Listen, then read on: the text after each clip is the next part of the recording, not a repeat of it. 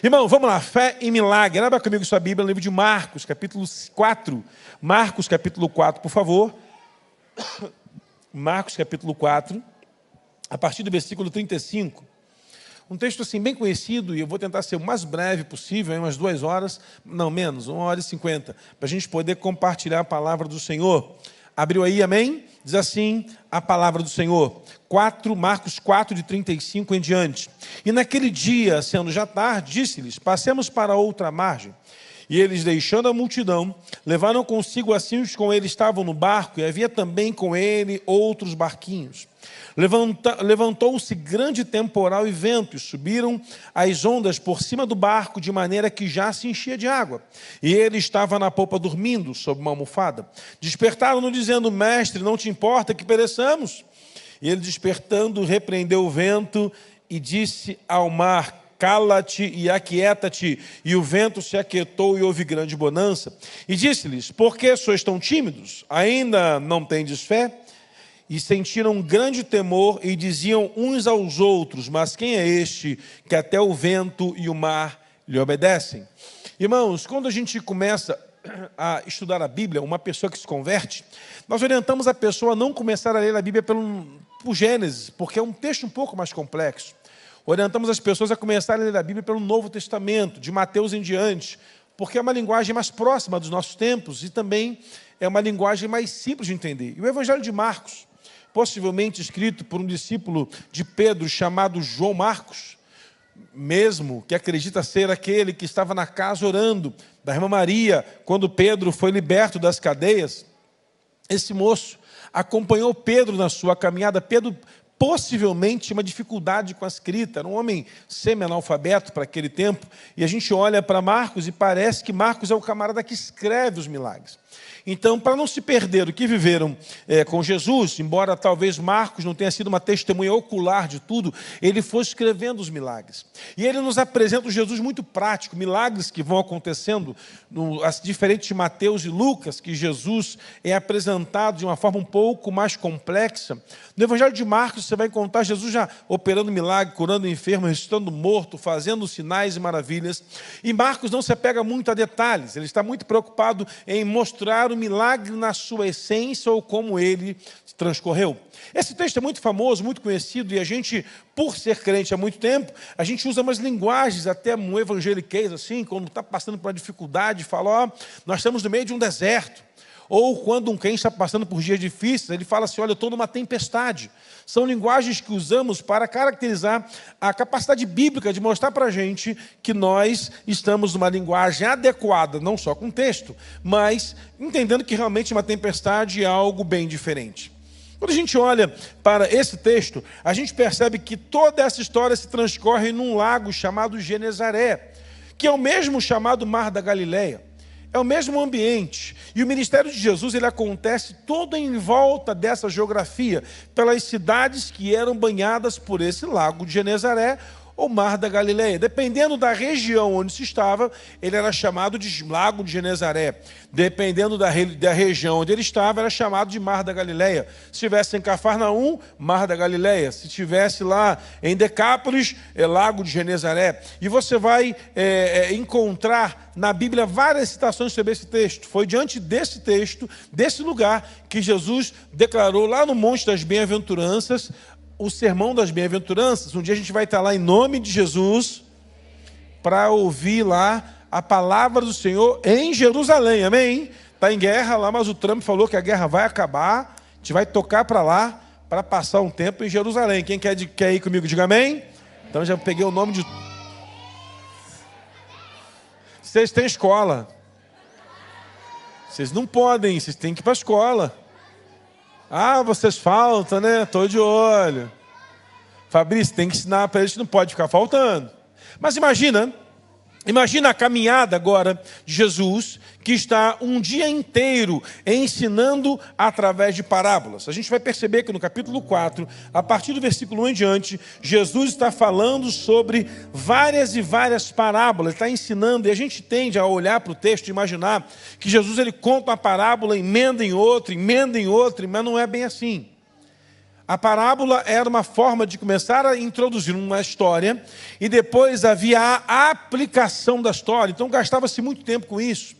E eu creio que entre a parábola e a história, a palavra e a aplicação, Jesus ia operando milagre, curando um, restaurando o outro, curando o outro, curando o outro. Eu sei disso porque João capítulo 21 vai dizer que se fossem escrever todos os milagres que Jesus operou ao longo do seu ministério, faltariam livros para narrar todos os milagres que ele operou. Evidentemente que a Bíblia vai narrar muitos milagres que Jesus fez, mas existem milagres que são anônimos.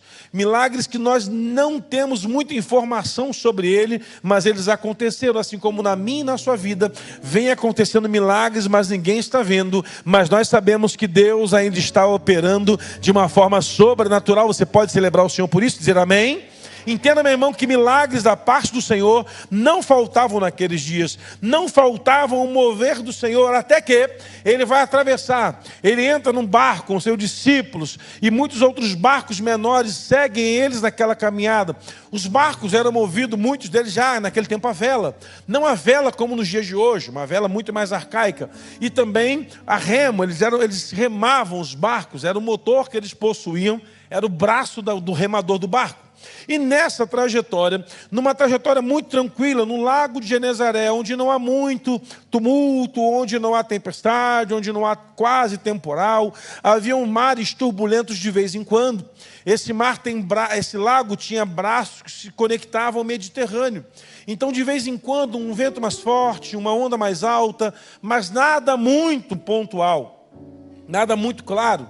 Só que naquele dia, no barco em que Jesus está, com seus discípulos, mais tripulação, mais passageiros, Jesus pega uma almofada e vai para um lugar chamado proa, onde nós olhamos para a proa com um olhar um pouco diferente. Naquele tempo era um local de descanso. E ele vai dormir, descansar daquele dia que ele operou milagres, que ele ensinou para o povo, e está ali cochilando, aquele sono tranquilo, e de repente, a Bíblia diz que uma tempestade tomou aquele mago, tomou aquele ambiente, levantou-se um grande vento e as ondas começaram a subir por cima do barco, e o barco começou a encher de água, e certamente eu creio que pegaram alguns baldes e começaram a jogar as águas para fora, mas a força do vento e a altura das águas vai enchendo aquele barco, até que há um pânico total e resolve acordar Jesus.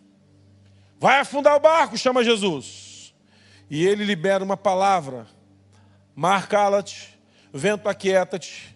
Os dois, naquele momento, param tudo, estabelece uma grande bonança, e o milagre se estabelece naquele lugar. É impressionante esse texto, você conhece, eu conheço, sabemos muito dele. Um dia vamos falar aqui sobre a trama de Leviatã, você vai entender que na Bíblia o ministério vai ser apresentado na figura, muitas vezes, de um barco, porque era o transporte modal maior que podia carregar mais pessoas nas suas trajetórias. E quando olhamos para um barco como aquele afundando, me parece que o inimigo está tentando liberar um tempo de destruição, não só no ministério de Jesus, mas acabar de vez naquele momento. Jesus então se levanta e libera uma palavra essa que define o fim da tempestade, define o fim do vento, e vem uma bonança que espanta todos que estão no barco.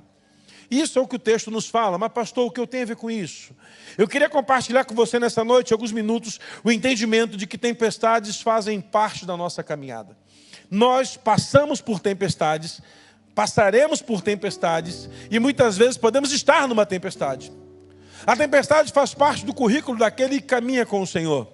A tempestade, aos nossos olhos, é aquela dificuldade que estamos muitas vezes vivendo, que aos nossos olhos parece que está fora de controle. Mas uma das coisas maravilhosas que esse texto nos apresenta é que mesmo no meio de uma tempestade, o mais maravilhoso na tempestade é ter Jesus conosco na nossa embarcação. Olha que coisa boa!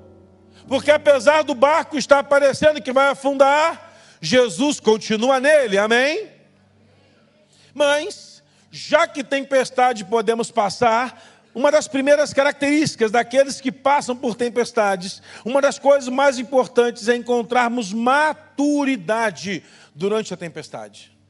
Porque a nossa maturidade vai definir como passaremos por uma tempestade. Tem tempestades que podem durar um dia, uma semana, um mês, alguns anos. Mas como vamos nos comportar ante a tempestade? É o que define se estamos numa vida de maturidade ou não estamos prontos para passar de nível na nossa vida com Deus. É olhar para esse texto e pensar, meu Deus, Jesus ainda estando no barco, eu não estou livre de passar por uma tempestade.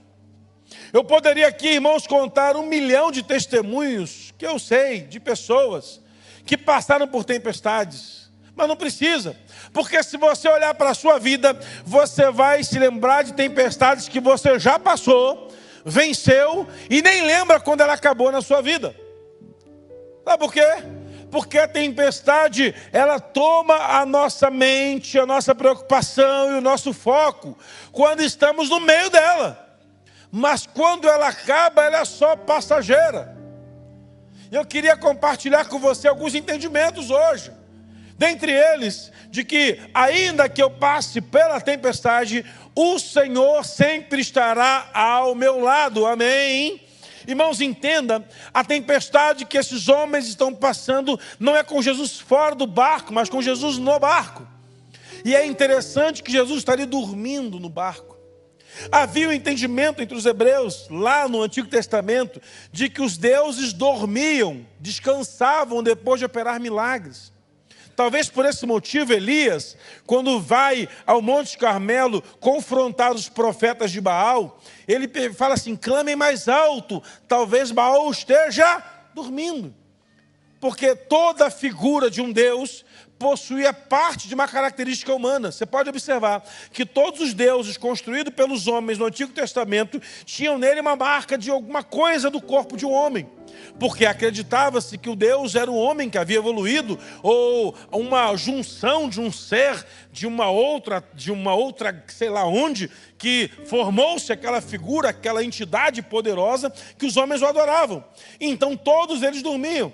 Mas um dia, o salmista no Salmo 122 declara para mim e para você que o guarda de Israel, ele não dormitará. Irmão, Astarote dorme, Azera dorme, Baal dorme, Moloque dorme, mas o meu e o seu Deus, ele jamais vai ser pego dormindo, porque a palavra declara que não dormirá aquele que é o guarda de Israel.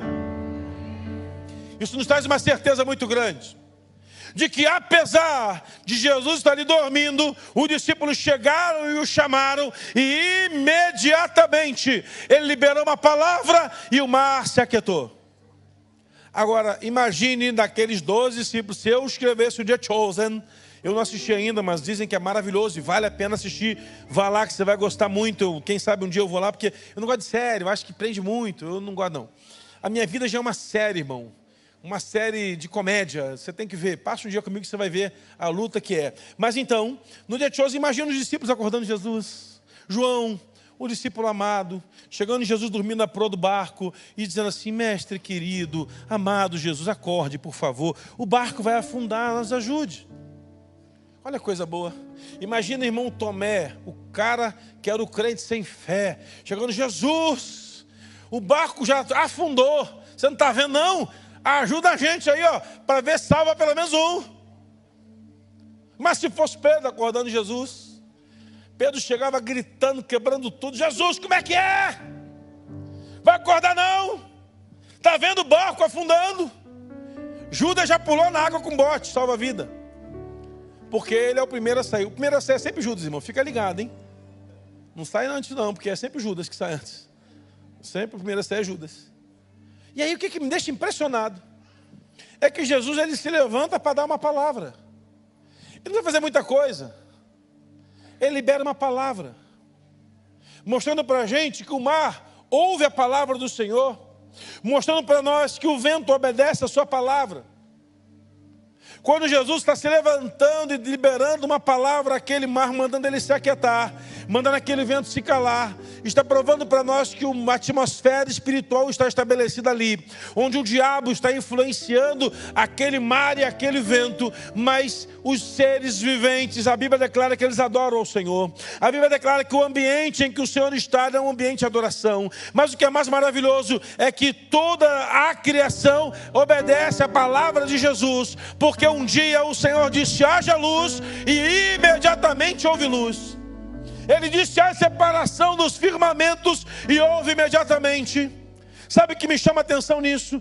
Que ainda que a tempestade esteja tentando destruir aquele barco, quando Jesus libera a palavra: aquieta-te, o mar de sopa, já ouvi essa voz. É a voz do Senhor, é a voz do Criador, é a voz daquele que se moveu sobre a face das águas. Então parou imediatamente. Aquela onda que estava se formando na arrebentação, se preparando para bater no barco, ao ouvir a voz de Jesus, parou na hora. Porque a palavra liberada do Senhor acalma qualquer tempestade. Nessa noite, em nome de Jesus, a nossa palavra profética é: Senhor, libere uma palavra na tempestade que estamos passando, e o mar vai se aquietar, e as águas vão cessar em nome de Jesus. O problema é que, muitas vezes, estamos no barco, mas queremos ter o controle queremos controlar a nossa vida. Se o barco aponta para o ministério, muitas vezes queremos controlar, fazer do nosso jeito, fazer da nossa forma. Queremos escalonar até onde Deus pode agir na nossa vida. Senhor, de A a Z eu cuido até J, e de M a Z cuido do Senhor. De 1 a 10 eu cuido até 6, o Senhor cuida de 4.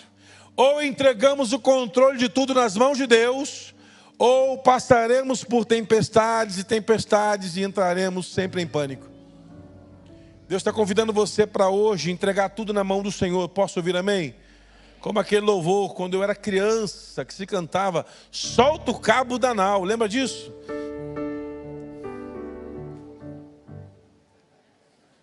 Eu não acredito que você tem só 20 anos, cara. Não é possível. Você já ouviu essa onde? Comigo? Solta o cabo da nau, toma os remos nas mãos e navega com fé. E então tu verás, pois com ele seguro será. Soltei. A gente chega a esse negócio assim, né? Esse povo da antiga. Você não é desse tempo não, né? Você é mais antiga que esse tempo. Não é desse, é antiga. A gente falava assim: solta o cabo da nau. E todo mundo estava: soltei, vamos fazer isso. De novo, cadê? Bota a letra aí, meu amor. Quem está aí dentro? Eu não sei quem está aí dentro. Daqui eu não consigo ver. Quem? A Tássio do...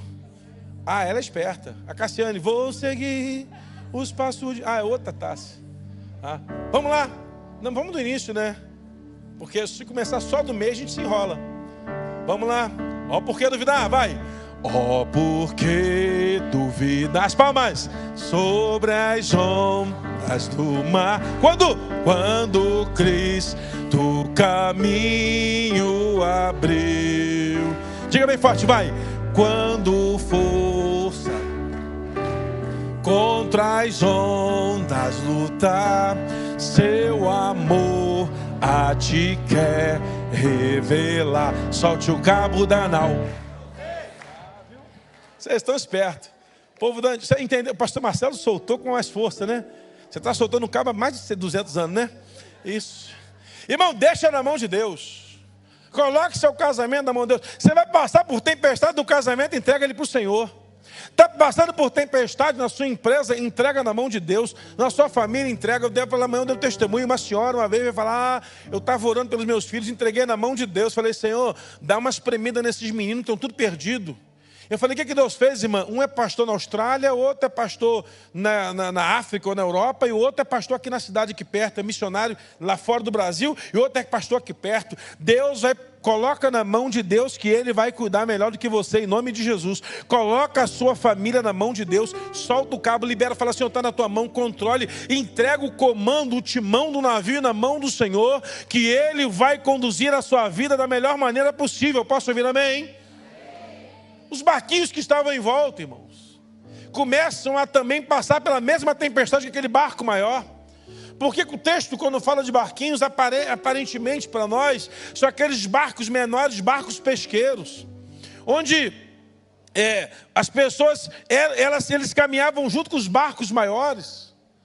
E aí, se o barco grande está quase afundando com as águas, o barco menor, irmão, está sofrendo muito mais, menos estabilidade.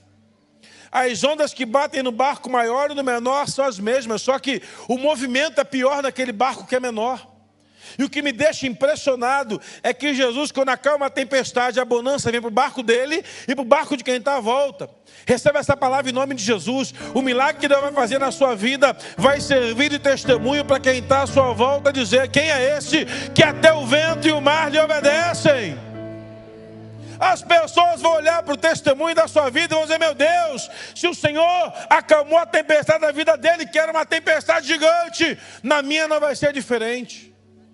A nossa maturidade está, meu irmão, em criar uma atmosfera para entender que Jesus, estando no barco, ainda que estejamos no meio do vendaval, Ele tem uma palavra que restaura, que transforma, que liberta, porque Ele ainda tem todo o poder no céu e na terra. Agora, a nossa maturidade é o que vamos fazer no meio da tempestade. A maturidade do crente é declarar o que fazer no meio da tempestade. Jesus pergunta para os discípulos: por que vocês estão tão tímidos? Não tem fé ainda? Estão sem fé? A fé é o primeiro passo para a promoção de um milagre. O milagre pode não promover fé, mas a fé, ela vai promover milagre na sua vida. Porque quando você decide andar pela fé, quando você escolhe viver pela fé, quando você escolhe andar pela fé, os milagres do Senhor farão parte da sua vida em nome de Jesus. Quem anda pela fé nunca fica no prejuízo. Sabia disso, irmão? Quem anda pela fé nunca fica para trás. Quem anda pela fé determina o ritmo. Quem anda pela fé nunca fica para trás. Aqueles homens estão num barco, no meio de uma tempestade, uma confusão tremenda. E eu fico imaginando, irmãos, o caos que está aquele barco, todo mundo gritando, Jesus dormindo. Só consegue descansar na tempestade aquele que confia no Senhor Todo-Poderoso e Soberano. E aí tem aquela pessoa que está em pânico, desesperada, tempestade, correndo de um lado para o outro. Você conhece aquela pessoa que é acomodada no meio da crise? Está lá o arroz, geralmente marido, mas eu não vou falar muito disso para evitar problemas aqui para alguns. Está lá, lá em casa, sentado no sofá da sala, e o arroz está queimando. E o cara fica assim, está cheirando, está queimando, hein? Conhece gente assim? Tá cheirando, vai queimar, hein? Fulana, corre aí que vai queimar. O infeliz não levanta para apagar o fogo. Conhece? Não fica cotovelando o marido não, porque ele vai reclamar comigo. Eu quero sair daqui bem. Não fica, né? Já viu gente assim? E gente que é desesperada. Meu Deus! E tal! E vai! Você conhece gente assim? Barata voa? Meu Deus do céu! Uma moça passou mal na igreja. Passou mal aí, pastor, vê uma menina, pastor, está passando mal, vê o médico aí, chama o enfermeiro para resolver, mas não sei, e a pessoa, pastor, e vai lá orar, minha irmã, manda o médico primeiro lá, vai resolver. Aí foi na frente lá do enfermeiro, falou: dá um biscoito traquinas que melhora. A pessoa não comeu nada, a glicemia baixou, comeu, não era diabético, está tudo normal. E aí a outra, desesperada: pastor, acho que eu vou infartar. Olha, estava desesperado. O que foi, meu filho? Vê minha pressão aqui. Deve estar 27/19. Gente que se desespera no meio do caos. Gente que entra em pânico, começa a achar que o mundo todo está caindo na cabeça dela. Não olha para não constranger, porque está aqui entre nós. Olha para mim. Quem anda na maturidade com o Senhor sabe que apesar da tempestade se levantar, o Senhor tem a única palavra que acalma todas elas, porque Ele ainda tem todo o poder no céu e na terra. Mas o que é lindo nessa história é uma coisa muito simples. É que veio a tempestade, Jesus liberou uma palavra, o mar se aquietou. E depois que estava tudo em bonança, dentro do barco, há uma conversa interessante. Quem é este Quem é este que até o vento e o mar lhe obedecem? Quem é este que até o vento e o mar lhe obedecem? Quem é esse homem? Os que não conheceram Jesus, foi um belo cartão de visita. Imagina o barco atracado e os barqueiros dos barcos menores parando com quem estava no barco maior, que testemunhou o milagre, perguntando: vocês viram a tempestade? Vimos. Você viu como é que foi tempestade alta? Nunca vimos assim aqui, nunca vimos. Nunca vivemos uma tempestade como essa. Entrou para o nosso currículo de marinheiro, sim. Entrou para o nosso currículo de marujo, sim. Mas vocês também viram que alguém que é o Todo-Poderoso no céu e na terra se colocou na frente do barco, ergueu a sua voz, abriu. Eu imagino que foi assim, tá, irmão? Se eu fosse fazer o roteiro do filme, eu faria assim: Jesus se levantando, espreguiçando, indo para a beira do barco, abrindo os braços e dando um grito, dizendo: mar, vento, calma, aquieta-te. E as pessoas disseram: e o que aconteceu? Imediatamente tudo veio em bonança. Nessa noite, em nome de Jesus, receba a palavra do Senhor no seu coração, para que toda tempestade, crise, adversidade, coisas que têm se levantado, que tiraram o rumo da sua vida, aquieta-te nessa noite em nome de Jesus. Porque o nome de Jesus ainda tem todo o poder no céu e na terra. Eu quero convidar você a pegar o seu pão e seu cálice e fazermos uma aliança com o Senhor nessa noite. Você que ainda não é batizado, 8 de dezembro vai ter batismo, prepare-se. Se você não se preparou ainda, ano que vem terá. Pegue o pão e o cálice, fique de pé no seu lugar. Servimos aquele que acalma o vento, aquieta o mar, ele para a fornalha, ele bota leão para fazer jejum, coisa linda. Faça como nessa noite uma aliança com o Senhor. Pega o pão aí, meu irmão, erga seu pão bem alto. Isso, você pegou o pão. Quem não pegou o pão, o cálice, levanta a mão que vai chegar até você aqui. Temos um varão aqui na frente. Cadê o diácono aí para me ajudar? Temos um varão aqui na frente. Tem mais alguém aí, hein? Lá na galeria tem gente que não pegou o pão e o cálice. Me ajudem aí, por favor. Isso. Vamos lá, as crianças, me ajudem aí, senão eu vou aí em cima, hein? Ó, isso, chegou lá, isso. Mais alguém? Vamos lá. Mais alguém na galeria? Aqui. Foi todo mundo? Vamos lá, pegue seu pão nesse momento. Oi? Aqui o quê? Aqui. Tá sem aqui. Aqui tem 2 aqui, ó. Peraí. Tem 2 varões aqui que ficou para trás. Não, mas tem aqui, ó. 2 aqui, ó. Vamos lá. Obrigado, meu filho. Vou pegar contigo para honrar seu trabalho, tá bom? Você é completa. Seu marido que é chato. São 2 aí. Isso. Recebe aí, campeão. Entendeu, né? Milagre, né? Recebe aí, campeão. Deus te abençoe. Jesus pegou o pão, partiu de... Todo mundo pegou o pão, erga bem alto. Jesus pegou o pão, partiu e disse: esse é meu corpo, que é partido por vocês. Fazei isso todas as vezes que comeis em memória de mim. Em memória ao Senhor Jesus, que amamos o pão nessa noite.